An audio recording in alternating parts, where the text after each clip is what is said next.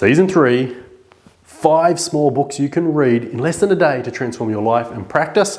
Whoa, wellness to the core. Is that a chiropractic word, wellness? Is chiropractic a wellness philosophy? Is it a way of transforming people's health and life and improving their quality of life to create a more well-being, to create more life? That's exactly what this book is about. Be fit, be balanced, be nourished, beyond the limitations of traditional medicine, chiropractic and the chiropractic lifestyle.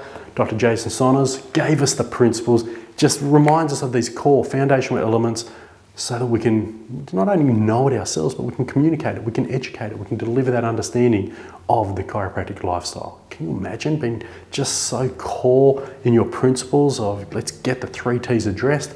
You learn from these books to implement and apply on a daily basis in practice. You got this.